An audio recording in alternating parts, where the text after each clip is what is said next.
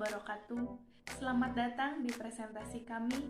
Kami dari kelompok 4 yang beranggotakan 3 orang, yaitu saya sendiri, Deline Dwi Jaya Santika, dan 2 rekan saya yaitu Elsa Amelia dan Rizka Dea Rahayu.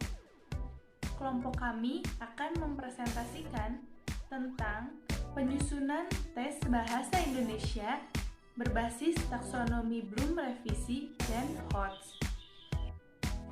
Baik, materi pertama ada taksonomi Bloom.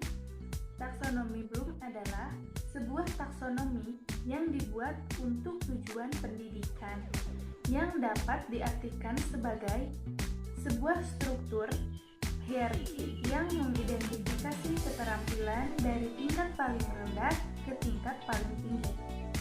Berikutnya, ada 3 ranah pada taksonomi Bloom. Yang pertama, ada ranah kognitif. Ranah ini menekankan pada aspek intelektual seperti pengetahuan, pengertian, dan keterampilan berpikir. Yang kedua, ada ranah afektif. Ranah ini menekankan pada aspek perasaan dan emosi seperti minat, sikap, apresiasi, dan lain-lain. Yang ketiga, ada ranah psikomotor. Ranah ini menekankan pada aspek keterampilan motorik seperti tulisan tangan, mengetik, berenang, berlari, dan lain-lain. Assalamualaikum warahmatullahi wabarakatuh. Di sini saya akan menjelaskan tentang hal-hal apa saja yang harus diperhatikan dalam taksonomi Bloom revisi. Yang pertama, ada cognitive domain. Ranah ini berfokus kepada kemampuan berpikir dan kecerdasan otak seseorang. Dalam ranah ini juga ada 6 jenjang proses berpikir. Yang pertama ada pengetahuan, kedua pemahaman, yang ketiga aplikasi atau penerapan, yang keempat analisis, yang kelima evaluasi, dan yang keenam kreasi. Yang kedua ada affective domain. Ranah ini berfokus kepada penekanan sisi emosi dan perasaan seseorang. Contohnya seperti apresiasi, minat, sikap, serta cara diri sendiri untuk beradaptasi. Dan yang terakhir ada psikomotorik. Ranah ini berfokus kepada perilaku motorik seseorang. Contohnya seperti tulisan tangan, kemampuan berenang, berolahraga, dan lain sebagainya. Mungkin itu saja yang saya dapat sampaikan. Kurang lebihnya mohon maaf. Wassalamualaikum warahmatullahi wabarakatuh. Assalamualaikum warahmatullahi wabarakatuh. Perkenalkan, nama saya Rizka Dea Rahayu dari kelompok 4. Di sini saya akan menjelaskan mengenai bagaimana penyusunan soal HOTS, Higher Order Thinking Skills.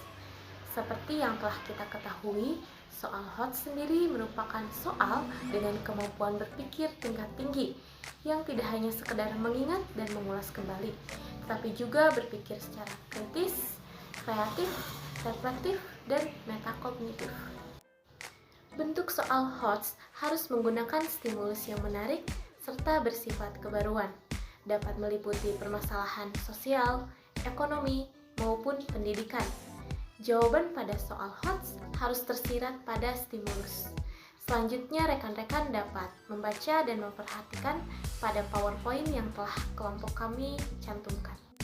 Terdapat 5 langkah dalam penyusunan soal HOTS. Yang pertama, menganalisis KD yang telah ditentukan, karena tidak semua KD dapat dijadikan soal HOTS. Yang kedua, menyusun kisi-kisi. Yang ketiga, memilih stimulus yang menarik dan kontekstual. Yang keempat, menyusun daftar pertanyaan sesuai dengan kisi-kisi. Dan yang terakhir, membuat kunci jawaban.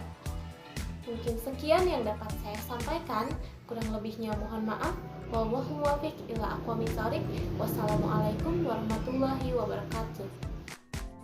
Sekian materi dari kelompok 4. Semoga materi yang disampaikan dapat bermanfaat bagi kita semua. Terima kasih. Wassalamualaikum warahmatullahi wabarakatuh.